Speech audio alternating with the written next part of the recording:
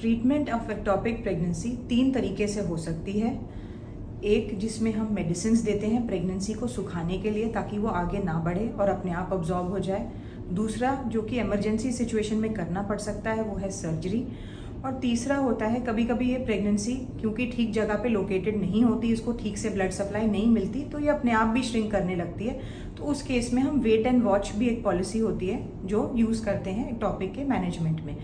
Medicine दी जाती हैं अगर प्रेगनेंसी बहुत बड़ी नहीं होती, और कुछ और क्राइटेरिया होते हैं मेडिकल जो हम असेस करते हैं, आपको क्लिनिकली असेस करते हैं। और मेडिसिन का सक्सेस रेट ऑलमोस्ट 85 to 90% होता है अगर अप्रोप्रिएट केस में दी जाए।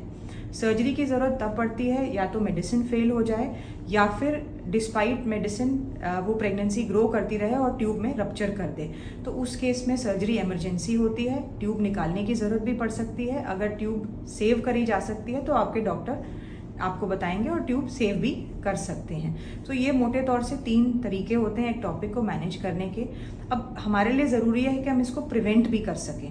तो जो सबसे ज़्यादा कॉमन 2 रिस्क फैक्टर हैं एक्टोपिक प्रेगनेंसी के वो हैं इन्फेक्शन, जिसकी वजह से ट्यूब्स का फंक्शन ठीक से नहीं होता, तो वो ठीक से एग को नहीं उठाते और वो प्रेगनेंसी ट्यूब में ही रुक जाती है। दूसरा होता है जिनमें ज़्यादा रिस्क देखा गया है are people who smoke, and this can be active smoking also and passive smoking also.